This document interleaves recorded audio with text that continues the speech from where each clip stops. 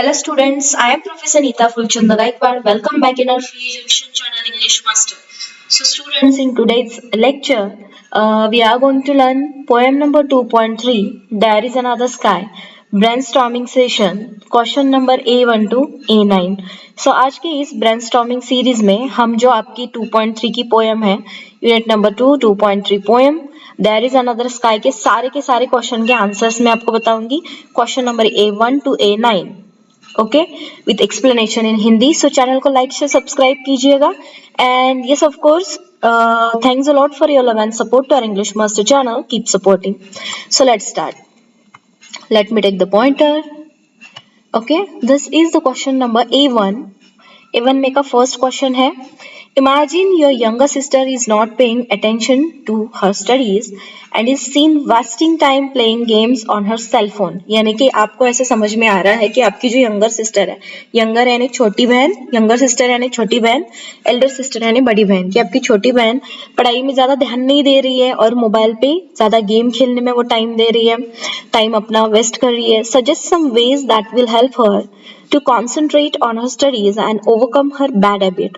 तो आपको क्या करना है, आपके सिस्टर को सजेस्ट करना है कि किस तरह से पढ़ाई करे, किस तरह से पढ़ाई में ध्यान दे और किस तरह से अपनी बुरी आदतें जो है वो छोड़ दे. So answer is the cell phone. Answer is here. The cell phone has become a menace. Just like many teenagers, this device for communication has become a tool for entertainment.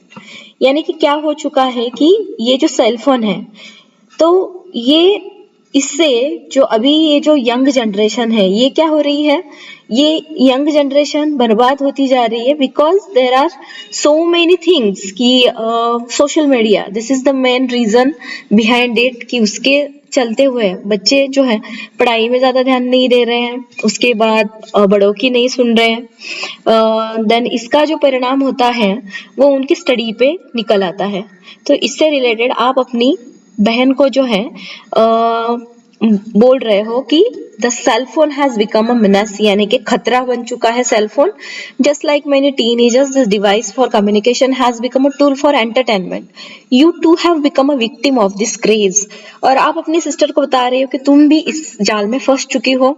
You have to realise, तुम्हें यह realise होना जरूरी है that the phone has a primary use, that is to communicate, कि mobile का इस्तेमाल सिर्फ communication के लिए होना चाहिए, कॉल करने के लिए.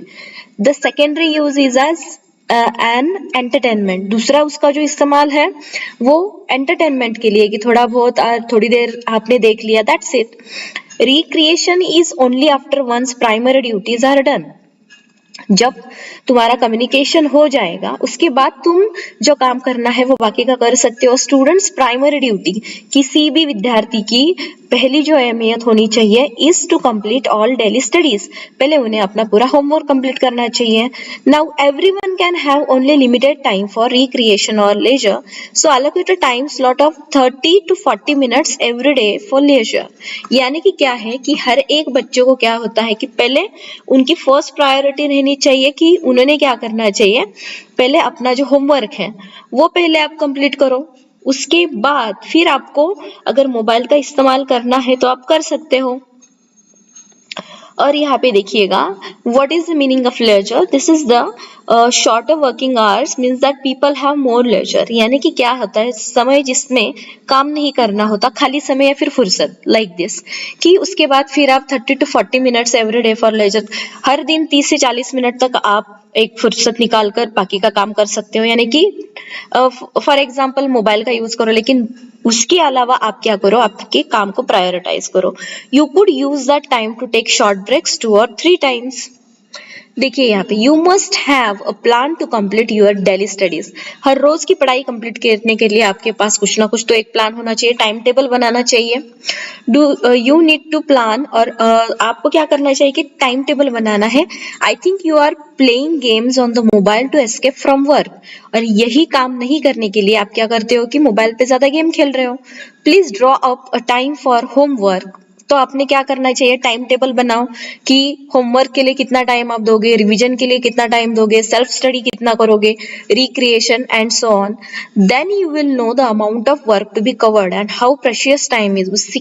इसके बाद ही तुम्हें पता चलेगा कि समय कितना कीमती होता है. So make a weekly work plan and follow it so that you don't lag behind in your assignments. हफ्ते का आप टाइम टेबल बनवा लो तो इसकी वजह से क्या होगा कि आप अपने पढ़ाई में पीछे नहीं रहेंगे. I see you are always rushing with the last minute work.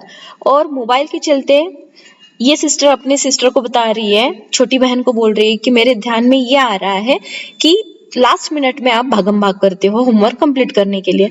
Perhaps इसके अलावा you are finding some part of your studies difficult and disheartened so you can not concentrate on your studies. अगर कुछ difficult part लगता है तो आप क्या करते हो, इग्नोर कर देते हो. I could help you to solve your difficulties in my free time. लेकिन जब भी मुझे टाइम मिलेगा मैं तुम्हें आपकी वो जो डिफिकल्टीज आ रही है, ठीक है, पढ़ाई में, उसे सॉल्व करने के लिए मदद करूंगी. जस्ट इन्फॉर्म मी, सिर्फ मुझे बता देना. और you could find a study buddy and work with your friend or friends. या फिर आप क्या करो कि पढ़ाई करने के लिए कोई तो एक अपना फ्रेंड बना लो और उसके साथ आप काम करो. You all could work together, each help each other and learn in a fun way. एक दूसरे की मदद करो, एक दूसरे की मदद के साथ पढ़ाई करो और हंसते खेलते हुए अपना पढ़ाई कंप्लीट करो. It may be more enjoyable and you may not need the phone to play games. अगर इस तरह से आप पढ़ाई करते हो तो आपको फोन की जरूरत ज्यादा पड़ेगी नहीं. सो दिस इज द आंसर. और आगे थोड़ा बहुत है, that is playing games on the phone is not healthy. कि मोबाइल पर गेम खेलना ये आपकी सेहत के लिए हानिकारक है. रीडिंग बुक्स, किताबें पढ़ना, physically playing indoor or outdoor games, घर के अंदर बाहर जो गेम्स आप खेलते हो, are the more healthy activities. Reading specially यानी कि पढ़ना, इट्स सो बेनिफिशियल, इससे आपको बहुत मदद मिलेगी. You will expand your imagination, इससे आपका इमेजिनेशन एक्सपांड होगा. गेट बेटर आइडियाज, अच्छे अच्छे आइडियाज आपके दिमाग में आएंगे. And experiences many thrilling things through reading. You can carry on intelligent conversation when you read widely. Most of all the reading में even help your school work and studies. और reading से आपको अपने school work में भी अच्छा से फायदा हो सकता है. Please do try to get away from wasting your precious time in playing games on the mobile phone and try to use your time more fruitfully. तो यहाँ पर ये सिस्टर अपने सिस्टर को बोल रही है कि मैं आपसे दरख्वास्त करती हूँ कि प्लीज अपना टाइम जो है, ये कीमती समय मोबाइल पे गेम खेलने के लिए मत वेस्ट करो और इसका अच्छे से उपयोग करो. आई होप, मुझे लगता है, you will heed this suggestion before it is too late and you regret it. कि पछतावा करने से पहले अपनी आंखें खोल दो और अच्छे से पढ़ाई के लिए लग जाओ. So this is the very nice letter. I think एक एल्डर सिस्टर ने अपने जो यंगर सिस्टर है उसके लिए लिखा है. एंड आई होप कि बच्चों आपको भी आंसर बहुत पसंद आया है. सो चलिएगा A1 में का सेकंड क्वेश्चन नंबर A1 में का सेकंड देखते हैं. That is you have notice that many of your classmates are not interested in indoor and outdoor games or participating in co-curricular activities. So discuss some ways in which they will be encouraged to participate in activities. कि आपके समझ में यह आ रहा है कि आपके जो दोस्त हैं वो क्या कर रहे हैं कि जो इंडोर आउटडोर एक्टिविटीज जो गेम्स होते हैं उसमें ज्यादा पार्टिसिपेट नहीं कर रहे हैं, तो आपने उनको एनकरेज करना है, उनको ये समझाना है. So answer is over here. Attending an educational institution is not only for studies or obtaining good marks. किसी भी अच्छे इंस्टीट्यूशन में एडमिशन लेना ये सिर्फ आपको अच्छे मार्क्स लाना है इस वजह से आप मत लो. The institution also offers many ways to develop all round personalities in students. क्योंकि इंस्टीट्यूशन भी हेल्प करता है, आपका कॉलेज भी आपको हेल्प करता है with the different kind of co-curricular activities and जो अलग अलग प्रोग्राम्स वो डिजाइन करते हैं कि आप एक अच्छे पर्सन बने. The college has excellent teams and coaches for basketball. तो देखिए यहाँ पे बास्केटबॉल की एक बहुत अच्छी टीम है, उसके लिए कोचेस भी है, kho kho and table tennis भी है उसमें. Our college has been able to win the state championship in one or the other game. और हम हमारे कॉलेज के लिए स्टेट चैंपियनशिप भी जीत सकते हैं over the years. Of course it will develop physical fitness. खेल खेलने से क्या होता है कि आप फिजिकली फिट हो जाते हैं और मेंटल अलर्टनेस यानी कि आपका दिमाग भी अच्छे से काम करने लगता है. Playing in teams also builds team spirit. Team में खेलने से एक टीम स्पिरिट बढ़ता है, कोऑपरेशन यानी कि एक दूसरे की सहायता कैसे करें, एंड लीडरशिप क्वालिटीज भी डेवलप होती है. Developing this traits will help in real life. और ये असली जिंदगी में भी आपको बहुत काम आएगा. There is an arts and music club for those of us who are interested in it. यानी कि आर्ट्स और म्यूजिक क्लब भी होते हैं जो बच्चों को ये पसंद है. Students can discover their hidden talents. वहां पे बच्चों में जो छुपे हुए टैलेंट है वो बाहर निकलते हैं. College annual days could be your step for a career in music. Annual day पे आप अगर आप में कुछ टैलेंट है आर्ट्स एंड म्यूजिक से रिलेटेड तो वो रिप्रेजेंट कर सकते हो. The atmosphere is friendly. Your classmates will encourage the gifted and even shy students. और जो एक ओवरऑल जो वातावरण होता है, जो एनवायरमेंट होता है, बहुत ही अच्छा होता है कॉलेज में. Our professors in the English department coach and groom our team so well that the debating club is famous for the powerful speakers. English department के जो टीचर्स है, जो कोच है, वो आप में इतना अच्छा पढ़ाई कर लेते हैं, आपसे इतना अच्छा वो प्रिपरेशन करवा लेते हैं कि डिबेटिंग क्लब में आप एक अच्छे पर्सनालिटी उभर कर आ सकते हो. Many of us would love to learn how to express ourselves clearly before an audience. और यहाँ पे क्या बोला है कि हम में से बहुत सारे जो बच्चे हैं उनको ऑडियंस के सामने खुद को रिप्रेजेंट करना अच्छे से नहीं आता है. Our faculty members will support and encourage you. और यही फैकल्टी आपको इसके लिए आपके टीचर्स और जो भी आपके प्रोफेसर से हेल्प करते हैं. The latest activity club since last year is the happy hikers club. अभी देखिए एक बहुत ही अच्छा कॉन्सेप्ट है द हैप्पी हाइकर्स. इसमें क्या होता है, the members are keen outdoors people who enjoy themselves specially in the monsoon trekking beautiful scenic areas nearby. यानी कि ट्रेकिंग के लिए जाना, बाहर घूमने के लिए जाना, ये सब एक्टिविटीज इसमें होती है. They also work for environment protection and participates in planting drives. और एनवायरमेंट से रिलेटेड अच्छे अच्छे जो एक्टिविटीज होते हैं उनमें ये सपोर्ट करते हैं, पार्टिसिपेट करते हैं. Those who love being outdoors would get a lot of enjoyment on this trips. We have a wonderful Us for Society club which is focusing working with the underprivileged. We can contribute time and efforts to the elderly, the children or anyone who requires it. We have tie up with NGOs who guide us on how to help. तो देखिए बच्चों यहाँ पे us for society club, हमारे लिए जो society club है, ठीक है, उसमें आप ये डिफरेंट काइंड्स ऑफ एक्टिविटीज कर सकते हो. All participation in extra curricular activities will fetch certificates for students. Extra curricular activities में आपको डिफरेंट काइंड्स ऑफ जो सर्टिफिकेट्स है वो मिलते हैं. Thus it comes of us when we are looking for admission for higher learning or studies. इसका इस्तेमाल और इसका जो अच्छा एक इम्पैक्ट होता है हायर स्टडी के लिए आपको हो जाता है. So the additional certificate should be a motivator for everyone to join at least on extracurricular activity. तो यहाँ पे आपको बताया है कि कॉलेज में जो डिफरेंट काइंड्स ऑफ एक्टिविटीज होती है उसका आपको कितना अच्छे तरह से आगे जाके उपयोग हो सकता है. क्वेश्चन नंबर 8-1 में देखेंगे discuss with your partner and complete the web. यहाँ पे एक चार्ट है, ये आपको कंप्लीट करना है. तो यहाँ पे क्या दिया है, the sad and gloomy aspects of life mention in the first part of the poem. तो पोएम के जो फर्स्ट पार्ट है, ठीक है, वहां पे लाइफ के सैड एंड ग्लूमी एस्पेक्ट्स दिखाए हैं, तो वो आपको लिखने हैं. Sad and gloomy aspects of life exam में आ सकता है 2 मार्क्स के लिए बच्चों, तो इसको अच्छे से पढ़ाई करना, इसका प्रैक्टिस करना. तो यहाँ पे डार्कनेस दिया है, यानी कि लाइफ में बहुत डार्कनेस है, बहुत अंधेरा छाया हुआ है, एवरीथिंग आपको लगता है कि अभी यहाँ पे कुछ नहीं हो सकता. तो यहाँ पे जो मैंने बोल्ड करके दिया है, these are the answers. Faded dull यानी कि हर जगह आपको लगता है कि अभी होप्स नहीं है. साइलेंट यानी और आप शांत हो जाते हो. So these are the sad and gloomy aspects of life, darkness, faded dull and silent. So इस तरह से आपको ये चार्ट का प्रिपरेशन करना है और 2 मार्क्स आप इसमें इजीली गेन कर सकते हो. So A2 में जो सेकंड है, the poet encourages her brother in the second part of the poem, telling him about the brighter side of life. So यहाँ पे इस पोएम में there is another sky, अगर पोएम आपने पढ़ी नहीं है तो मैंने ऑलरेडी पढ़ाकर अपलोड करवा दी है. हमारा जो प्लेलिस्ट है class 11 English text book series, वहां पे आपको सारे लेक्चर्स मिलेंगे, all lessons, all poems, all writing skills, then drama का जो पार्ट है, ऑल लेक्चर्स वहां पे मैंने पढ़ा के अपलोड किए हैं.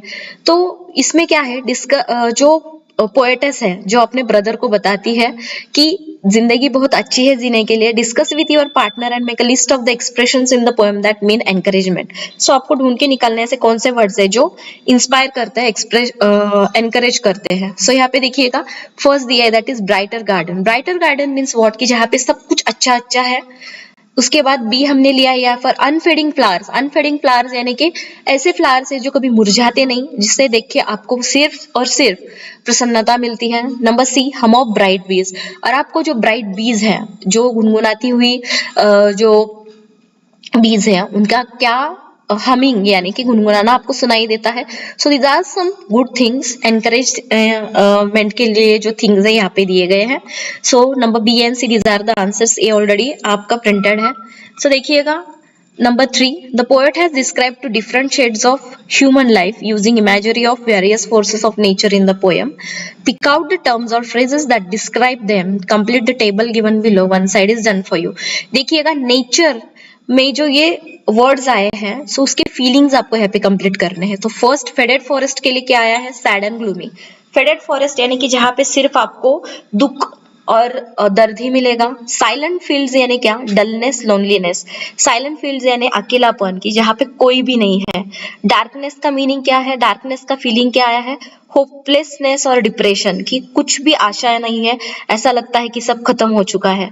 सनशाइन के लिए फीलिंग क्या है? होप, यानी कि कुछ तो एक अच्छा हो सकता है। ब्राइटर गार्डन यानी कि चीयर, खुद को आप आनंदित रखो। अनफेडिंग फ्लावर्स यानी कलरफुलनेस की, आपकी लाइफ बहुत ही कलरफुल है।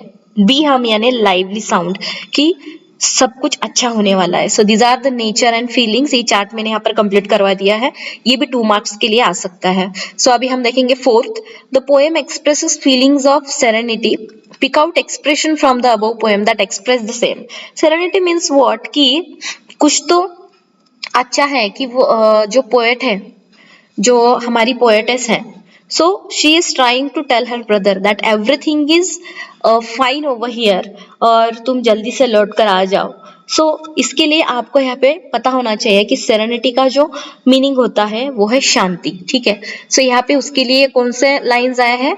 The answer is there is another sky ever serene and fair, कि और एक यहाँ पर जो जिंदगी है, और एक यहाँ पर जो जिंदगी हम जीते हैं, वो कैसी है? शांत और अच्छी है। So this is the answer only for this. Okay, so देखिएगा फिफ्थ वाला देखेंगे हम, compare and contrast the two opposite human feelings as expressed by the poet.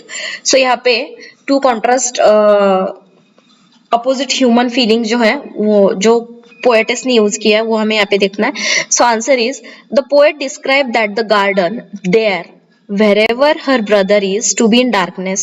तो पोएट बोलता है कि पोएटेस बोलती है कि Emily Dickinson, she is the poetess of this poem. So she is saying कि उसका भाई जहाँ कहीं भी है, तो वहां पे क्या है? डार्कनेस है, बहुत दुख दर्द है। द गार्डन में be understood as the situation और circumstances he may be in, कि गार्डन का मतलब यहाँ पे क्या आया है? वो रियली किसी गार्डन में बैठा नहीं है, लेकिन इसका मतलब यहाँ पे आया है कि वो एक ऐसी सिचुएशन में है कि जहाँ पे वो अकेला है। सो द डार्कनेस में बी डिस्पेयर और लोनली। डार्कनेस का मीनिंग क्या दिया है? कि वो अकेला है, होपलेस सिचुएशन, वो हिम्मत हार चुका है। That garden is also called faded forest and silent fields, और उस गार्डन को क्या कहा है? Faded forest and silent fields, यानी कि दुख दर्द से भरी हुई, अकेली, इस तरह से। The poet speaks of a place that has another sunshine, और पोएटेस क्या बोलती है अपने भाई को कि यहाँ पे और एक जिंदगी है, इट्स सेरेन एंड फेयर, जो शांत और अच्छी है, एवर ग्रीन है, एंड अ ब्राइटर गार्डन, जहाँ पे उम्मीद है, हैज अनफेडिंग फ्लावर्स, यहाँ पे कलरफुलनेस है, and a place where she can hear the bright bee hum, और जहाँ पे आप जिंदा रह सकते हो और जिंदगी जी सकते हो। In all the other places colourful and lively, where one can feel cheerful and hopeful. She pleads, यानी कि वो अपने भाई से रिक्वेस्ट कर रही है with her brother to come to her garden here, probably come back home, यानी कि वो अपने भाई को बोल रही है कि घर वापस आ जाओ, यहाँ पे सब कुछ अच्छा है, तुम जहाँ पे हो वहां पे तुम अकेले हो, लेकिन यहाँ पे आते ही तुम जिंदगी अच्छे से जी सकते हो। सो this is the answer for this question number A3।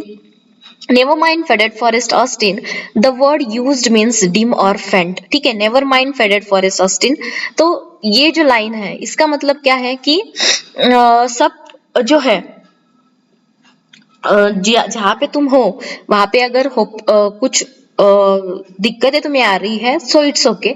The word describe the forest that have become faint और dim in appearance. Now go through the poem again and complete the table. So यहाँ पे देखो describing word, जो object वो describe कर रहे हैं and उसका एक्सप्लेनेशन आपको देना है. तो फेडेड के लिए ऑब्जेक्ट क्या है? फॉरेस्ट. और इसका एक्सप्लेनेशन है the forest have become faint और डिम इन अपीयरेंस. क्योंकि जिंदगी में कुछ ऐसी चीजें हैं कि जो अभी ऐसा लग रहा है कि होप्स धुंधले होते जा रहे हैं. ये डिस्क्राइब करता है. साइलेंट का मीनिंग, साइलेंट के लिए क्या है? Silent fields. इसका मतलब क्या है? The place is silent and lonely, कि वहां पे सब अकेलापन है. अनफेडिंग फ्लावर्स यानी the flowers are fresh and colourful, यानी कि यहाँ पे जिंदगी कलरफुल है. ब्राइट बी, इसका मतलब आया है द बीज हम अराउंड द फ्रेग्रेंट फ्लावर्स, कि यहाँ पे जिंदगी है, यहाँ पे जिंदगी जीना बहुत ही अच्छा है. So this is the table which I have completed for you students. I hope it will help you. So देखते हैं A4. A4 में क्या आया है? I hear the bright bee hum. The poet had used the word hum that indicates the sound made by the bee. यानी कि B जो sound create करती है उसको हम बोलते हैं. This is an example of onomatopoeia. So onomatopoeia this is the figure of speech, जहाँ पे जो भी एनिमल्स हैं, ठीक है, या फिर जो भी इंसेक्ट्स हैं, उनके जो भी साउंड्स आते हैं उनको डिस्क्राइब किया जाता है. ये वो फिगर ऑफ स्पीच है. The poet has used different figures of speech like alliteration, inversion and hyperbole in the poem. Identify them and pick out the lines accordingly. So हम फर्स्ट देखेंगे hyperbole. What is the hyperbole बच्चों? तो देखिएगा, this is the figure of speech that involves an exaggeration of ideas for the sake of emphasis. It is a device that we employ to emphasize the real situation. मैं आपको example through बताती हूँ, आपको समझ में आने के लिए आसानी हो जाएगी. लाइक अनदर स्काई, ये जो वर्ड आया है like is an example of hyperbole. ये हाइपरबोल का एग्जाम्पल है. क्यों? क्योंकि there can not be another sky, but the poet means to convey that here is a better place to be than at the other place. यानी कि ऐसा नहीं हो सकता कि दूसरी दुनिया है या फिर दूसरा आसमान है. नहीं, everything is same, but she is saying, उसने वो वर्ड क्यों यूज किया है? दैट इज कि यहाँ पे होप है, यहाँ पे जिंदगी है. आप जहाँ पे हो वहां पे सब कुछ गलत है, वहां पे आप अकेले हो, लेकिन यहाँ पे सब कुछ अच्छा है. ये डिस्क्राइब करने के लिए ये वर्ड यूज किया है. सो अनदर स्काई का मीनिंग एक्चुअल में दूसरा आसमान ऐसा नहीं है, लेकिन क्या है लाइक कि यहाँ पे दूसरी जगह ऐसी है कि जहाँ पे आपको शांति और अच्छाई मिल सकती है. To convey the mark difference the poet exaggerate by using the phrase another sky. देखिए बच्चों, इससे आपको समझ में आया है कि हाइपरबोल मीनिंग यानी क्या, कि hyperbole it is a device that we employ to emphasise the real situation.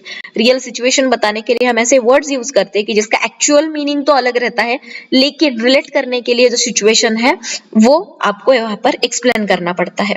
सो देखिए यहाँ पर, नो प्लेस कैन एवर और ऑलवेज बी सेरेन और green and no flowers can always remain unfaded. तो क्या बताया कि कोई भी जगह जो है वो हमेशा के लिए हरी भरी नहीं रहेगी. कोई भी फ्लावर जो है वो हमेशा के लिए सिर्फ खिलखिलाते नहीं रहेंगे, वो भी मुरझा सकते हैं, ग्रीनरी भी जा सकती है. She may be referring to heaven, so the poet uses hyperbole to mark the difference between here and there. देखिएगा, जो दो जगह है, एक अच्छी है और एक बुरी है, ठीक है. सो उन दोनों जगहों को एक्सप्लेन करने के लिए जो फिगर ऑफ स्पीच यूज किया जाता है उसे क्या बोलते हैं? हाइपरबोल. आई होप कि आपको ये फिगर ऑफ स्पीच समझ में आया है. यहाँ पे देखिएगा अभी अलिटरेशन. अलिटरेशन तो मैंने आपको पढ़ाया हुआ है. हम फर्स्ट पोएम से अलिटरेशन के एग्जांपल ले रहे हैं. Alliteration means what? Repetition of a particular letter or sound, कि मिनिमम 2 टाइम्स एंड मैक्सिमम कितनी भी बार वो लेटर और साउंड रिपीट हो सकता है वर्ड की शुरुआत से पहले. The poet calls the forest faded forest. Also, she also says the bright bee hums in her garden. The adjacent word beginning with F. देखिए यहाँ पे forest से पहले भी F आया और faded से भी आया है. Faded forest. यहाँ पे bright bee, bee 2 बार आया है. So these are the examples of alliteration, repetition of a particular letter or sound. इसके बाद हम देखेंगे inversion. Inversion is a literary technique in which the normal order of words is reversed in order to achieve a particular effect of emphasis or metre. यानी कि जो technically हम बोलते हैं ना कि नहीं ये लाइन ऐसी होनी चाहिए, लेकिन वो रिवर्स ऑर्डर में जब आ जाते हैं तो उसे क्या बोलते हैं हम? Inversion. So let me explain you. That is Emily Dickinson describes a place where not a frost has been. ठीक है. सो ये कैसा है कि where not a frost has been, ये रिवर्स ऑर्डर में उन्होंने बताया है. So which would read where A frost has not been. So she also invites her brother Austin into my garden come. इस तरह से उन्होंने लिखा है, which would otherwise read as come into my garden, ऐसे भी हो सकता है, लेकिन यहाँ पे रिवर्स ऑर्डर लिखा है तो इसे हम कह सकते हैं inversion. So inversion is the example of the normal orders of words is reversed. ठीक है, आई होप कि आपको ये तीनों की तीनों एग्जांपल्स, तीनों के तीनों फिगर्स ऑफ स्पीच समझ में आए हैं. Let's continue. A5. Imagine your friend is a table tennis champion who is going to semi-final in the inter-collegiate championship. आपका कोई दोस्त है वो टेबल टेनिस में अभी सेमीफाइनल में जा रहा है. Due to over confidence she neither practises nor does she take her opponent seriously. लेकिन उसको अभी ऐसा घमंड आ चुका है कि नहीं मुझे कोई हरा नहीं सकता, तो उसने प्रैक्टिस को अभी क्या लिया है, लाइटली लिया है. दिस में result in her lodging the final. तो इसका इफेक्ट क्या हो सकता है कि वो हार सकती है. Suggest some ways to make her aware of the importance of hard work and regular practice. तो आपने आपके फ्रेंड को बताना है कि रियलिटी क्या है और उसको ये चीज बतानी है कि तुम जो सोच रही हो कि उसका ओवर कॉन्फिडेंस उसे कहीं हार ना दिला दे, इसके लिए आपको लेटर लिखना है. तो लेटर राइटिंग में लाइक दिस आपको एक साइड में ही यहाँ से शुरुआत करनी है. लाइक यहाँ पे पहले एड्रेस दिया है त्रिकेसी कुंज, सहकार नगर, सोमवारपेट, पुणे. उसके बाद आपका डेट आएगा 24 अगस्त 2019 और 2014 2023 जो कुछ भी है. डियर टीना, आपने आपके फ्रेंड का नाम लिखा. This is the informal letter. यहाँ पे फॉर्मेलिटी कुछ नहीं है. लेटर राइटिंग के दो टाइप्स होते हैं, फॉर्मल लेटर, इनफॉर्मल लेटर. तो हमने जो हमारा 200 और ये जो हमारा पोएम है उसके क्वेश्चन आंसर्स में हमने फॉर्मल लेटर लिखा है न्यूज़पेपर एडिटर के लिए, लेकिन यहाँ पे हम फ्रेंड के लिए लिख रहे हैं तो this is the formal letter, informal letter sorry. तो इसमें डियर टीना से हम शुरुआत करेंगे. Congratulations on winning the latest round to the collegiate semifinals. तो पहले आप अपने दोस्त को कंग्रेचुलेशंस करिए. We are all praying and waiting for you to bring the Maharashtra table tennis championship cup back home to our college. और हम इंतजार कर रहे हैं कि तुम वापस से ये कप हमारे कॉलेज में महाराष्ट्र में वापस लेके आओगी. This is where champions are made and the cup must remain here. तो यही असली जगह है जहाँ पर चैंपियंस और कप आना चाहिए. Are you preparing full steam for the finals next week? और आप क्वेश्चन कर रहे हैं कि हाँ कि तुम पूरी तैयारी कर रही हो अगले हफ्ते की सॉरी वो जो आपका कंपटीशन है उसके लिए. द अपोनेंट यानी कि जो आपके विरुद्ध दिशा में खेल रहे हैं, यानी कि आपका प्रतिस्पर्धी. The opponent you are playing in the final is a very talented player. जो अपोनेंट है वो भी बहुत होशियार है. Her fitness is exemplary and she is training under a master. उसकी फिटनेस भी अच्छी है, उसका ट्रेनर भी अच्छा है. Your coach is a legend and you are admired for elegance and speed too. आपका कोच भी अच्छा है, आपको भी बहुत अच्छी सराहना की जाती है. This is just to gently remind you, लेकिन मैं आपको याद दिलाना चाहती हूँ that till the finals one must not be lax in practice. कि फाइनल में आपकी प्रैक्टिस कहीं कम ना पड़ जाए. फॉर एनी चैंपियनशिप गेम, किसी भी चैंपियनशिप गेम के लिए one must also required to opponent for their journey would have been as difficult as yours. जिस तरह से तुम्हारी opponent प्रतिस्पर्धी जो है वो अच्छे से प्रैक्टिस कर रही है, तो उतनी ही प्रैक्टिस तुम भी कर रही हो. Your opponent is also famous for uh consistent quality of playing. वो भी अपने खेल में माहिर है. We are all there to encourage and support you if you feel tired or discouraged. अगर आपको लगता है कि थकावट महसूस हो रही है या फिर आपको ऐसा लग रहा है कि नहीं अभी मैं हार जाऊंगी, तो हम वहां पे है आपके लिए. But we would also like to caution you not to underestimate the other semifinalist. लेकिन मैं तुम्हें बताना चाहती हूँ कि तुम दूसरा जो अपोनेंट है उसको अंडर एस्टिमेट मत करो. Do keep up rigorous practice, अपनी प्रैक्टिस बरकरार रखो and follow the practice schedule given by your coach. और प्रैक्टिस करते रहो. Best wishes, your loving friend Priya. So this is the letter which you have written to your friend. So देखिए बच्चों, अभी हम देखेंगे question number A61. Use the following points and write an appreciation of the poem. Appreciation लिखना है with the points. So I have given the answer over here. First point is about the poem, poet and title. So चलिए शुरुआत कर देते हैं. ये ज्यादा explain में नहीं करते बैठूंगी because every poem में आपको appreciation करना ही है. The poem There is Another Sky by Emily Dickinson is one of concern for her brother. Poet का नाम आ गया, यहाँ पर poem का नाम आ गया. ये 2 पॉइंट कवर अप कर लिए। अभी टाइटल हम देखेंगे।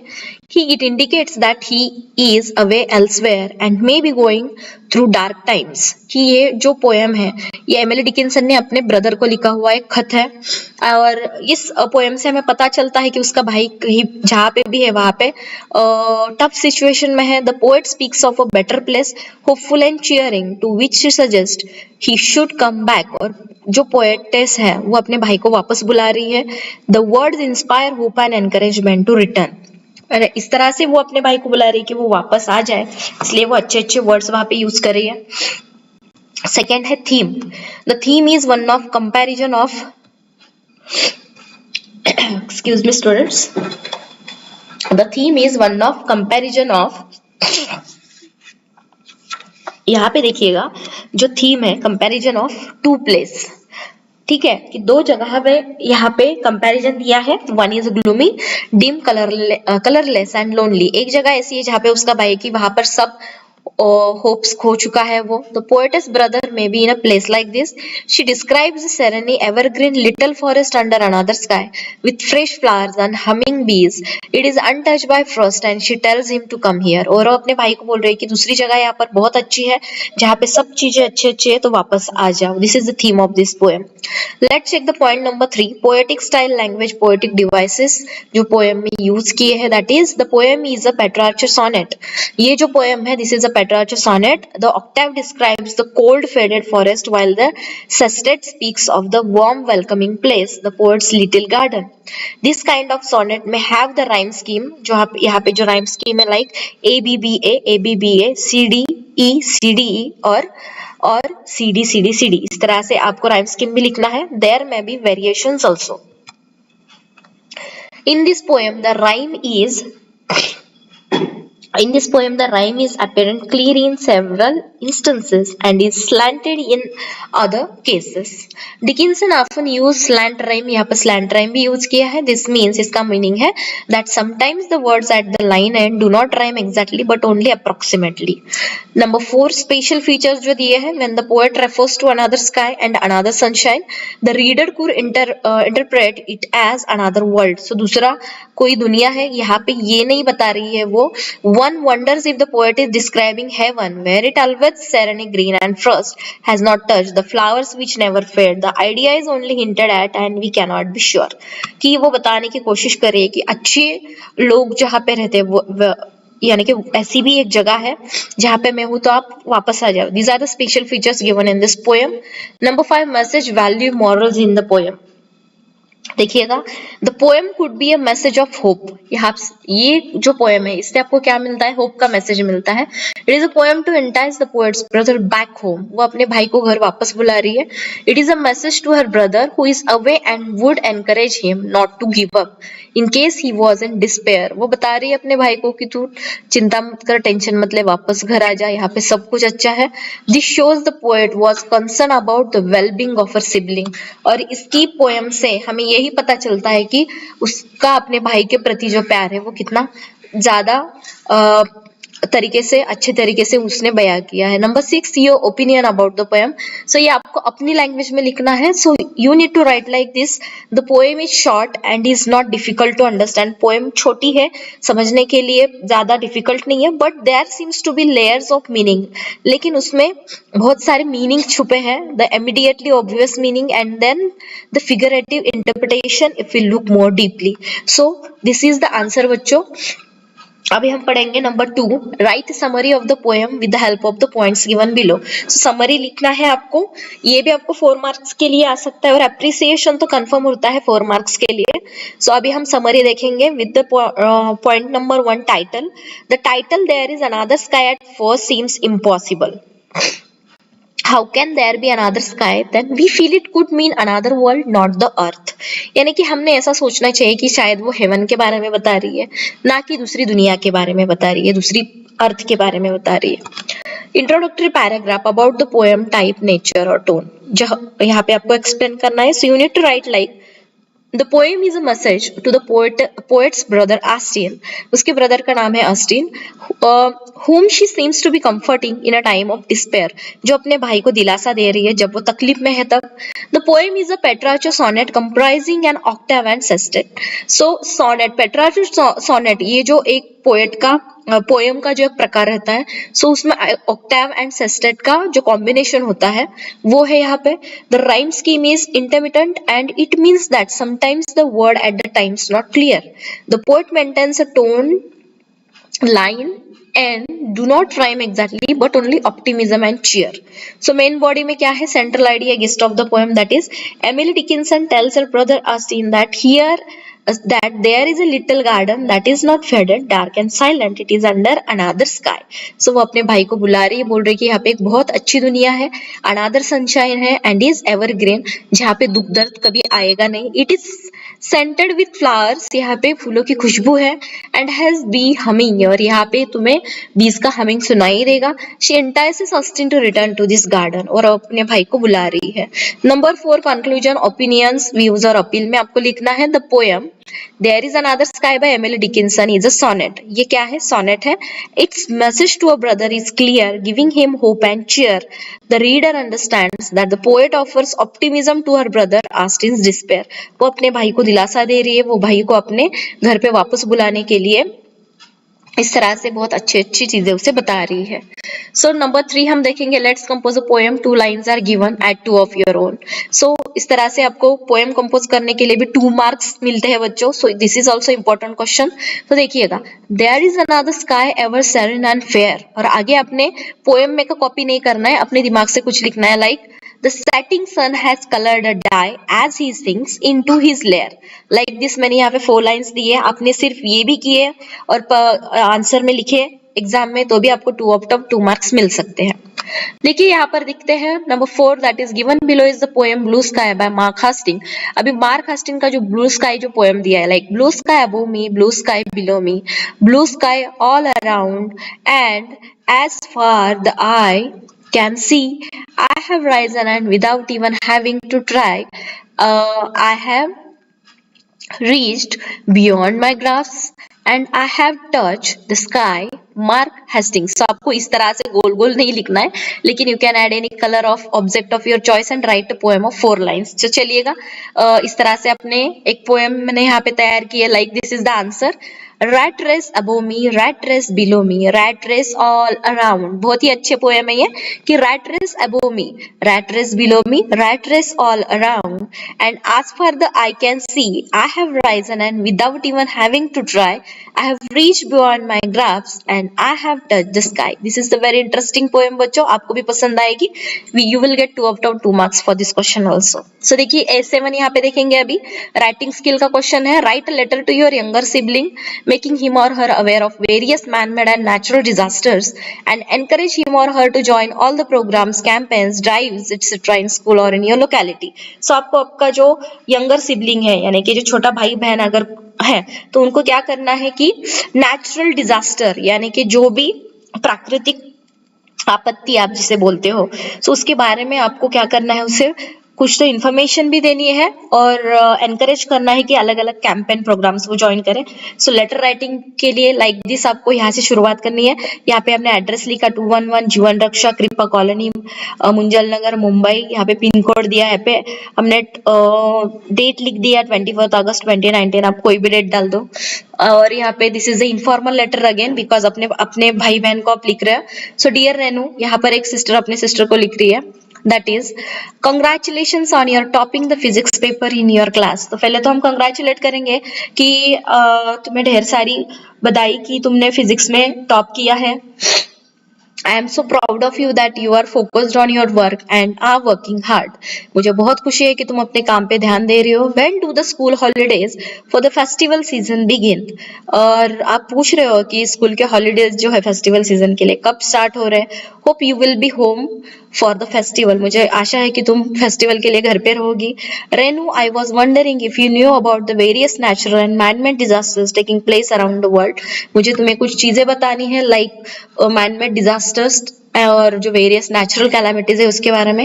Forest fire is raging in California due to prolong dry weather, यानी कि कैलिफोर्निया में क्या हुआ कि ड्राई वेदर के चलते फॉरेस्ट फायर हुआ। In India states like India में भी Assam, Bihar and Punjab are submerged under flood waters. The forest fire has killed hundreds of creatures in the world. Forest fire में क्या होता है कि इसे हम कहते हैं कि जो बहुत बड़े बड़े जंगल होते हैं वहां में क्या होता है कि ड्राई वेदर की वजह से आग लग जाती है। और रिसेंट इंसिडेंट अगर बच्चों आपको पता है तो ऑस्ट्रेलिया में सेम थिंग हुआ था, बहुत सारे जानवर जगह पे चलकर मर चुके थे। सो इससे क्या होता है कि वाइल्ड एनिमल जो है उनको इसका बहुत ज्यादा नुकसान होता है। Lack of people have been rendered homeless by this. On the other hand monsoon, यहाँ भी देखिए कि जब बारिश ज्यादा होती है, डिलेड इन सम प्लेसेस, कि कहीं कहीं पे पानी नहीं मिलता, and several reasons in the country are facing water problem, और कहीं कहीं पे बाढ़ आ जाती है। Your role as a responsible young citizen is important, और तुम भारत का एक रिस्पॉन्सिबल यंग सिटीजन होने के नाते do get information about the event happening around you. हमारे आजू बाजू में ये घटनाएं जहाँ पे भी होती है हमें उसकी जानकारी लेनी चाहिए। You must try and participate in programs of any kind to help out wherever it is needed. जहाँ पे भी कैंपेन वगैरह चलते हैं वहां पे आप जाओ, पार्टिसिपेट करो। दो one person cannot solve all the problems, कोई एक व्यक्ति सारे प्रॉब्लम सॉल्व नहीं कर सकता। All helpful people can resolve many problems together, सबको एक साथ आके प्रॉब्लम सॉल्व करना है। Participate actively in volunteering groups to spread awareness, set up groups to collect donations and find sponsors and donors. Use social media for such philanthropic activities. I am sure the school will encourage such participate, discuss such urgent social issues and take the initiative. मुझे आशा है कि आपके school में या फिर college में भी activities के लिए प्रोत्साहन मिलेगा। No doubt the teachers and elders will help and guide you. Bring an awakening and being a movement or campaign to create awareness.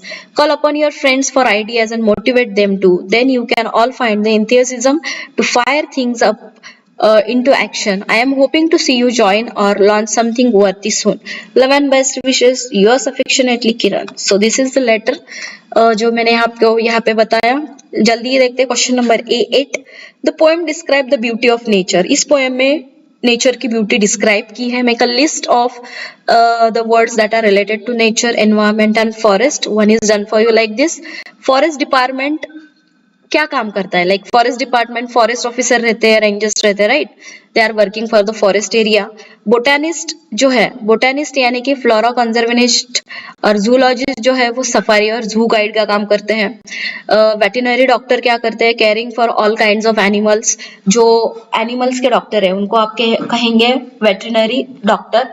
उसके बाद मरीन रिसर्च यानी क्या? प्रोटेक्टिंग एंडेंजर्ड मरीन स्पेसीज, यानी कि समुद्र में जो भी स्पीसीज है, ठीक है, मरीन स्पेसीज, उनको बचाने के लिए मरीन रिसर्च काम करता है। Environmental law, advocate for protecting environment against encroachers, industries and other dangers, यानी कि एनवायरमेंट को बचाने के लिए जो काम करते हैं वो है environmental law. So this is the answer for your question number A8।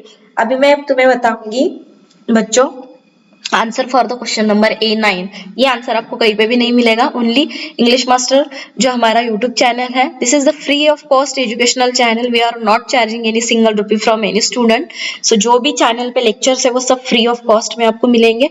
सिर्फ आपको चैनल को लाइक शेयर सब्सक्राइब करना है, बेल नोटिफिकेशन को क्लिक करना है। जैसे ही नया लेक्चर आएगा आपको उसको नोटिफिकेशन आ जाएगा। सो A9, this is the last question.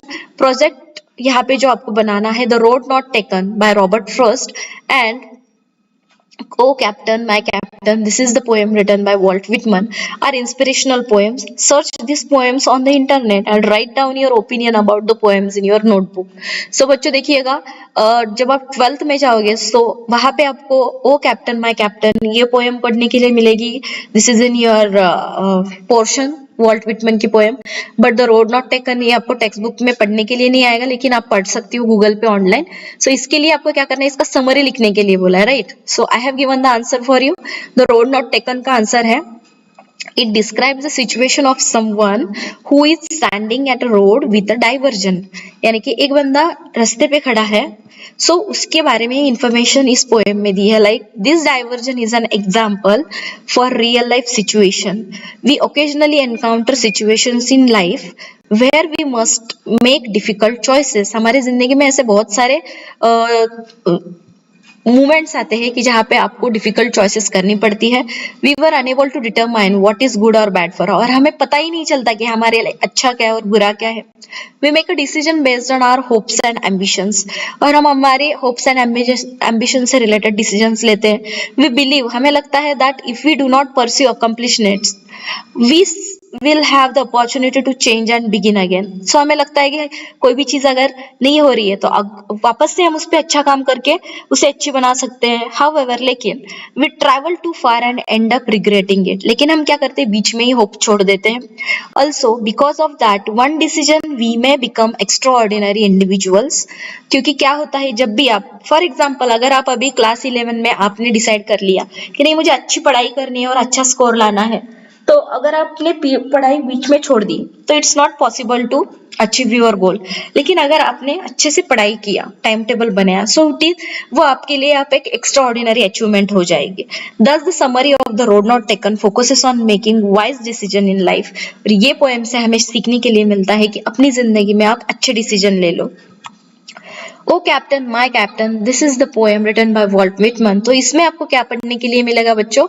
इसका जो समरी है, like the theme of the poem is the captain's ocean, sorry, the theme of the poem is the captain's death and the poetic speaker's reaction to it. जो captain रहता है, ठीक है, उसकी death कैसे होती है ये इस पोएम में बताया है. It describes how a ship return from a fearful voyage. The voyage was successful and the speaker mentioned that a prize was won. However, the poet admits that a tragedy has occurred. The captain of the ship has died and his bleeding body is on the ship's deck. कि किस तरह से वो captain कौन सी situation में आ जाता है और एक ऐसी सिचुएशन में आता है कि उससे उसकी मौत हो जाती है. The poem then shifts to people's reactions to the captain's death. उसके बाद उस पोएम में लोगों के रिएक्शंस दिखाया, like a swaying mass of people mourning his death is mentioned in this stanza.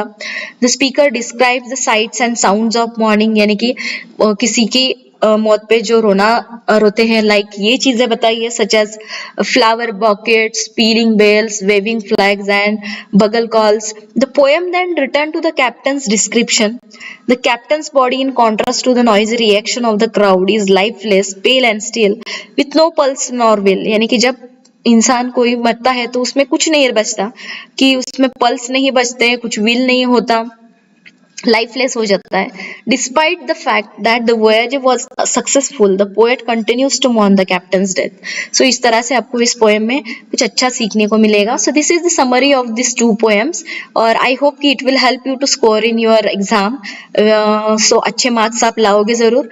तो दिस इज द लेक्चर आपके लिए, जो वन सेशन में ही मैं ब्रेनस्टॉर्मिंग सेशन इसलिए लेती हूँ क्योंकि क्या होता है कि बच्चे फिर वापस बोलते हैं कि ma'am A1 to A5 first lecture मिल गया, लेकिन A2 to A3, A5 to A6 to A9 नहीं मिल रहा है, 10 नहीं मिल रहा है. तो इसके लिए मैं एक ही लेक्चर में, अगर वो 40 मिनट्स का हो, 50 मिनट्स का हो, लेकिन आपको एक ही जगह पे रिवाइंड करो, पॉज करो, पीछे आ जाओ, आगे जाओ, लेकिन आंसर वहीं पे मिलेंगे एक ही लेक्चर में. सो आई होप कि आपको ये सेशन अच्छा लगा हो. सो जल्दी मिलते हैं नेक्स्ट लेक्चर में. तब तक के लिए thank you so much, take care and bye bye.